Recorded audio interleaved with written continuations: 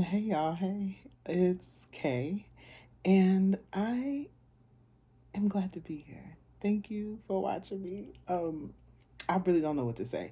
Here's the deal. I started to record right now in this red hot moment because I lost my flow when I was writing the notes for this.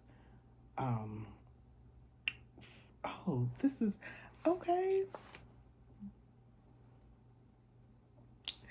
I'm a new iOS user, and I just have a new iPhone. I'm still an Android baby. Don't come for me on either side because I can't be bothered with the fight of it all. But I just noticed where I'm supposed to be looking and how this green dot right here changed from whatever, girl, whatever. So just be glad I'm looking at y'all and not me because I can look at me because I need to see what I'm looking like because I feel like I'm always looking crazy. But now you get to look at me looking crazy too. So yay! We're in this together. So anyway, I started to take notes because the first YouTube video that I said that I was going to post that I didn't post yet, I thought about it and I realized that I was talking so much about myself that I really was just getting it out of my system. I really didn't find a whole lot of value that you may have received, but I mean, that's for you to say, not me. But even still, I felt like I was just talking about myself. So who wants to listen to that? And I thought, in the interest of being more concise, I would take some notes. Hey, excuse me. I would take some notes and keep myself on track. Let's see how this goes. But I tried to continue on with those notes, but then I got distracted from those, drinking pickle juice, eating pickles, thinking about other stuff, thinking about past shit, realizing that I'm supposed to be working, so let me work a little bit real quick. And then when I came back to it, I'm like, should I still be doing this? Then that's when I started to question myself, and I said, oh no, no, no, no, we're not doing that. And so I decided to. This is a secret YouTube show, so I thought that I heard my wife coming in, and that's not her. So, and even if she did come in, she would just think, whatever, we got this. All right, just play along, okay? But anywho, um, these are the notes, and so I'm gonna start on this because this is the word that I have for you. Here's the thing. I'm just gonna read it to y'all. All right. This is how I wrote it. Now I'm talking to you. Here's the thing. I'm probably what you would call like a holy heathen, right? Because I curse like a sailor, but I also love Jesus. And my stronghold is marijuana. And I gave her to Jesus a few times, but I keep taking her back. So currently I am in a smoking season. Um, I am also church seeking. So anyone who knows any churches that are in the Rockdale or Newton County, Georgia area, or Greater Atlanta, whatever, that are cool with lesbians, because I'm married to one. So we're just trying to get that together, figure that out. But oh yeah, this is okay. And then the notes where I tell you, hey, I'm Kay, and this is my secret YouTube show, and I only shared this. Y'all, why did I write it like this? And it was so conversational when I wrote it, and now I'm like reading it and it's not natural. But basically, what I said. Let me just look at it and I'll tell you what I said. I was saying, hey girl, hey, it's me, Kay, but I already said that, so whatever. I was saying this to Mika, and what this is my secret YouTube show, and it's a secret because I decided to keep it that to keep myself honest, but also keep myself consistent, and not depend on the support of my family and friends, but just to honestly, really, truly test out if I'm bringing value to the world. And so, and then if it gets back to my family, then I know that I am. So, but I'm not going to burden you with keeping my secrets. You could tell somebody if you want to. That's your business. I'm not pressed about it. So,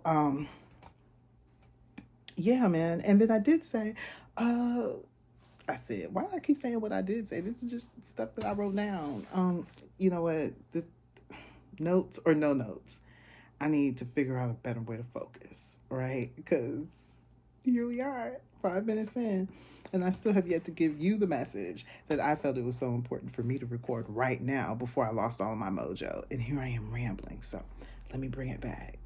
But I said like all of that other stuff, and I wrote all this stuff down basically to say that I have this message, and it's I received it, but I felt some kind of way, like I was scared to bring it to you because I don't even know I can't even recite the scripture that this came from. You know what I mean? And so I feel like I question myself about, sharing something like this, or, sharing really anything like this, because I feel like, who am I to be speaking on somebody's scripture? I know so many things, but scripture is not one of them. I could recite to you many a things. I could recite to you many a thing, but Bible verses are not plentiful on that list. So yeah, what I mean, it's just be like, dang, I'm thinking about trying to roll up right now. So let alone, but it's important for me to give you this message. So that's what this is. That's what this is. So y'all, bear with me if you want to.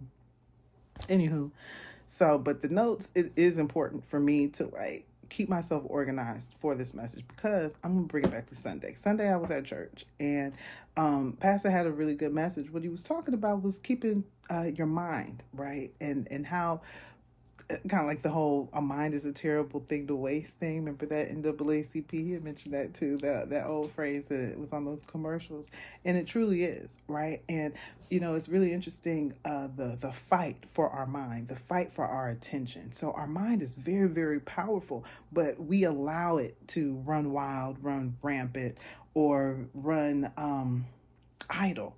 And as a result of those things, it could get ourselves in trouble on so many different levels. But that's neither here nor there. He was just really talking about basically, if you could limit yourself by wasting your mind, but you could be limitless if you use it properly.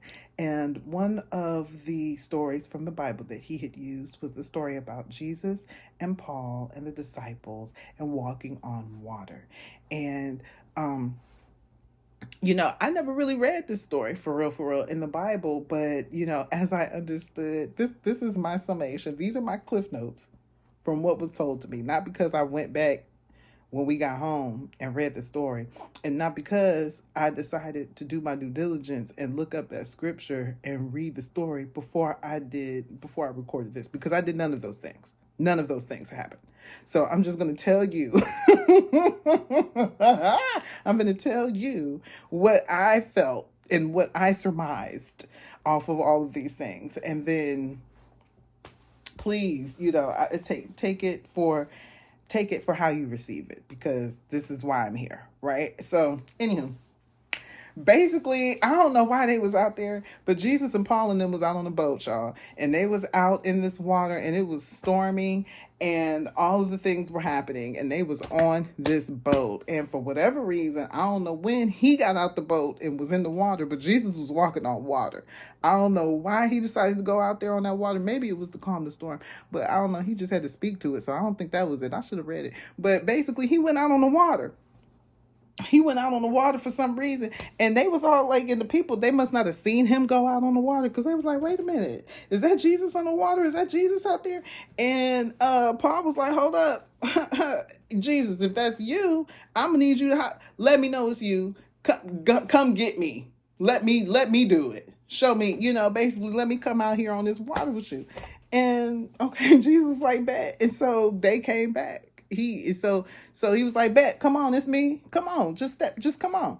And so Paul like was like, all right, bet, we about to see. And so let me see what it hit for. He took his foot, put it out there, bam, stepped on the water. He ain't supposed to be walking on water, so he just kept on.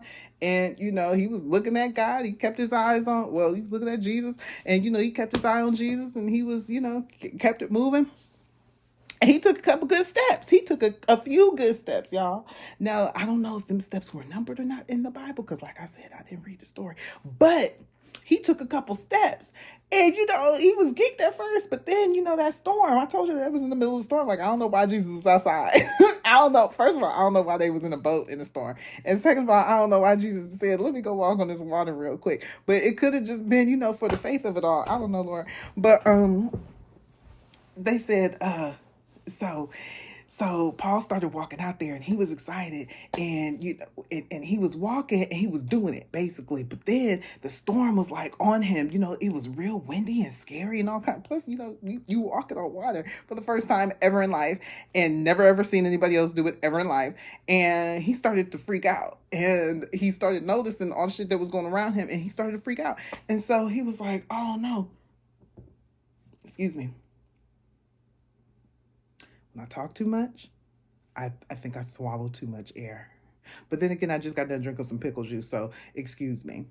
But anywho, he started sinking. He started seeing all that stuff around him. He started getting scared. That pumped fear in his heart real quick. He remembered where he was, but he forgot where he was going. And so he started to sink. He started to sink. And so it was like, oh, Lord, help me. And so then, Jesus came and got him, brought him, basically, boop, plopped him back up on the water. And then they walked back to the boat. And I don't know what happened after that. And that's the recollection of the story. But that stuck with me because I'm like, dang, you know what I'm saying? That was weird. So, okay, now, all right. What also stuck with me was how he had broke it down, right? So, because what he was saying is that there was a lot of different elements that was going on that was at play in this story. First of all, the disciples First of all, Paul was bold enough to ask. Paul was bold, like, all right, Jesus, that was important. That we need to be bold in our asking, right? Because this is what Pastor was saying. All right, we need to be bold in our asking because Paul, he asked God showed him the power that was in him that he had to do, right? Like Paul didn't know that Paul didn't know that he could walk on water, but Jesus gave him the ability to do so, but he didn't know that he could do that. But he had the boldness because he saw Jesus out there and because he trusted Jesus and he was like, yo, hook me up. What is this? Can I do it? Please. And Jesus said, yes. And so it's like, we got to be bold, man. We don't know what we can do. We don't know what we got up in us, right? And so, but we need to ask. We need to ask for what it is that we want. We need to ask boldly and ask big, right? Okay. So then the second thing that Pastor had pointed out about this story that was important was the faith. The faith that Paul had to have in order to step out on that boat, right? Out of the boat. You understand? Like to take his foot and put it over the rail. I wonder how high he had to cock his leg up. And if he did, and right from sitting to cock your leg up to get over the edge of the boat. Or he might have had to, hold on to somebody. You know what I'm saying? How do you steady yourself out of a boat? Oh man, hold on. All right, y'all. I had my wife had called me. So anywho, the faith, right? What I was saying is you got to do a lot to, steady yourself in a boat, let alone to walk in a boat that's floating in water, to, cock your leg up, to whatever. I said all that to basically just say like, bruh, that's a lot of faith that you have to be able to act on that faith. and to have that faith and then act on it. So that was really important and dope. So, have faith, keep the faith. You know what I'm saying? And you might have to cock your leg up. You might have to, what I'm saying, get yourself steady, but have faith. God's got you. Okay. Also, what he said. Oh, and then also another thing that he has said about the boat is the people in the boat, right? That even though the Bible didn't necessarily go over like what they were saying in the boat, but most likely 9 times out of 10 and 10 out of 10 if it was today, so be like, hold up, wait a minute, man. Just because he out on that water don't mean you don't know what that is. You don't know if that's Jesus. You can't walk on water. What you mean? Like, what's going on? Something ain't right. This ain't, no, you don't do that. You don't need to do that. No, man, if I was you, I wouldn't do that. You know what I'm saying? What's in that boat? You feel me? So it's like what they have. Yes. And so there is also things that you may have to leave behind that can't see the vision the way that you see the vision. And they're going to voice that to you. They're going to actively campaign against you going for the vision that they just simply can't see because they can't believe it. And so sometimes you just gonna have to keep moving, keep pressing forward with your faith, focused on your vision, moving forward regardless of that, because you may just have to leave them right where they're at in that boat. But then the fear was another thing. Oh, hold on, faith, let me go back. He was saying that there was power. And see, all of this is the stuff that this ain't even my word. You know what I mean? This ain't even the word that I thought that I had, which probably isn't even that original to begin with. But I'm still telling y'all what I got from passing. You know what I'm saying?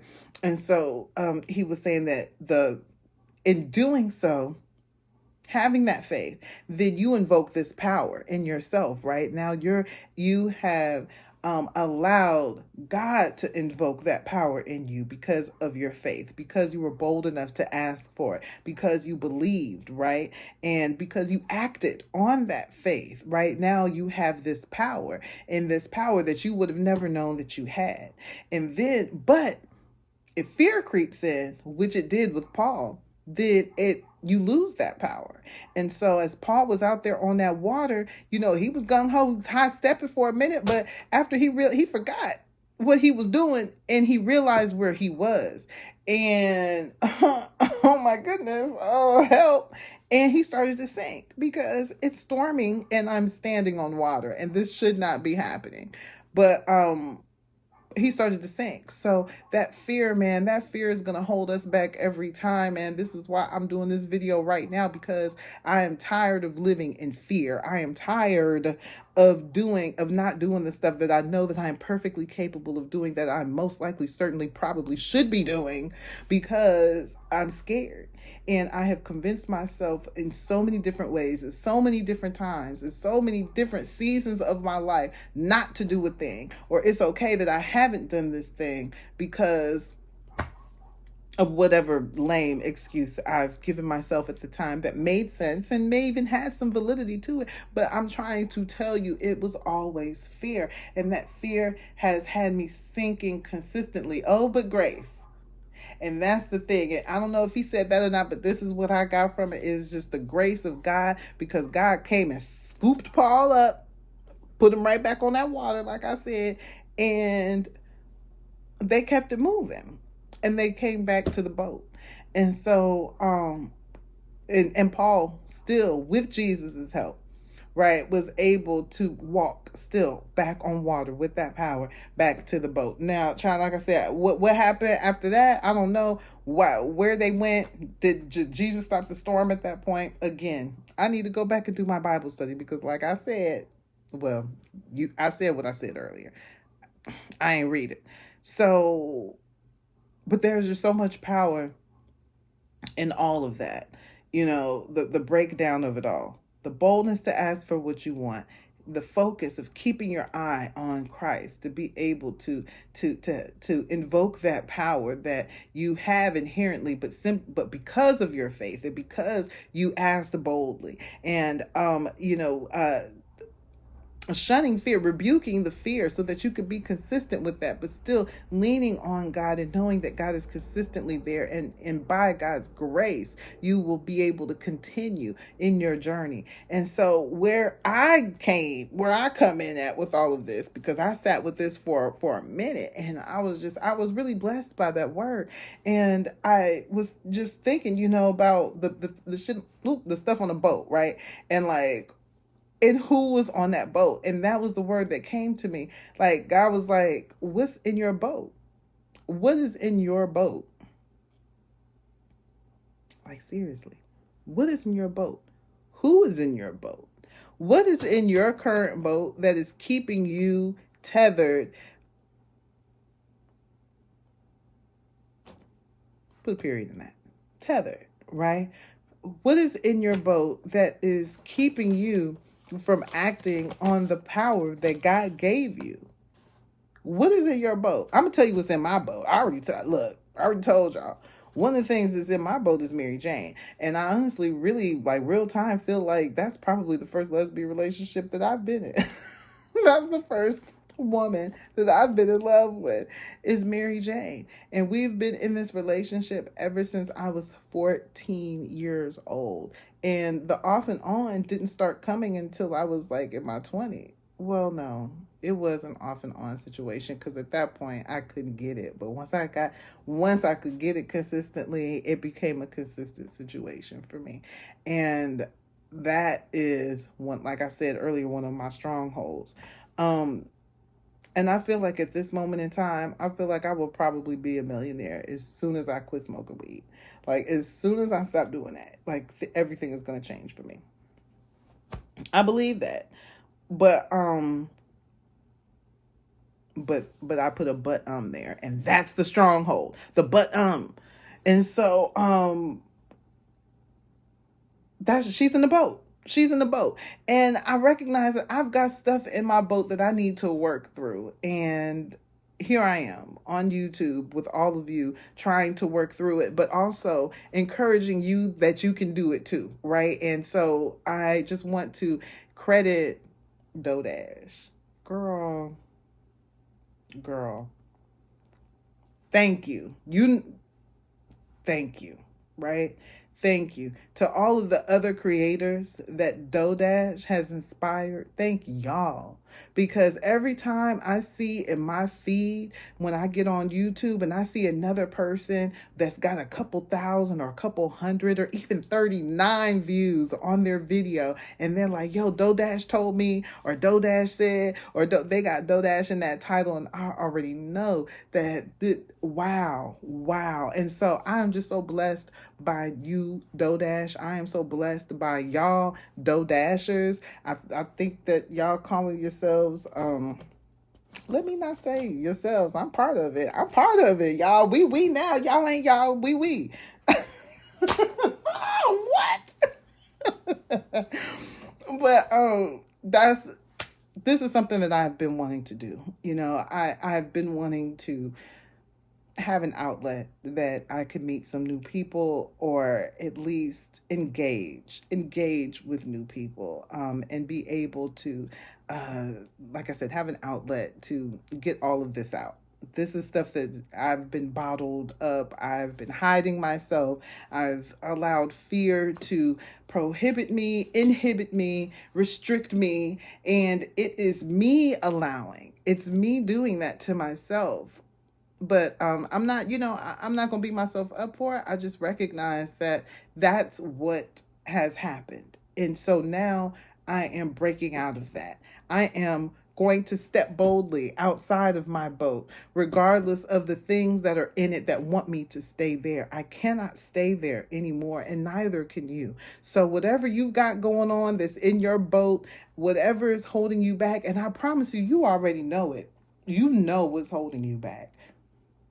Every time I think I need to look, because I've been on YouTube so long, like this past couple of years has been like so heavy in like self-help and all of the things, you know what I'm saying? The shadow work and the, you know, the expressions and just learning and self diagnosing and therapizing myself for the past year. Like, bruv, I know what's wrong with me, and I know what I need to do wrong, right? I know what I need to do in order to get myself right. And I believe that if you have any type of self-awareness, you know what you need to do to get right as well. And you're not going to do it all in the same day. It's not all going to happen overnight, but the decision can be made in one moment. And as soon as you make that decision, as soon as you set your eye on the prize and you focus and you invoke that faith, man, I'm telling you, you're going to be able to do the thing that God has brought you here on this earth to do. That's what I believe. Now, you can take out whatever words you need to make you feel more comfortable. Take out God and put it in the universe, or take out God and put in faith. Now, as far as I'm concerned, you can't never take God out of nothing, boo, ever. But, you know, whatever, however you need to slice and dice up this message so that you can receive it, please do so. And if not, it's not for you, and it's all good. You could just look at me, whatever the hell I'm talking about, and like, girl, here go another one. But that's it. That's the message. What's in your boat? What's holding you back? Be honest with yourself, and don't, you know, beat yourself up about it. It is. My cousin just told me that she hates it. Her aunt, my cousins, said they hate the phrase "it is what it is." And for me, when I came to the realization that everything is what this knife is, what it is. It's a knife.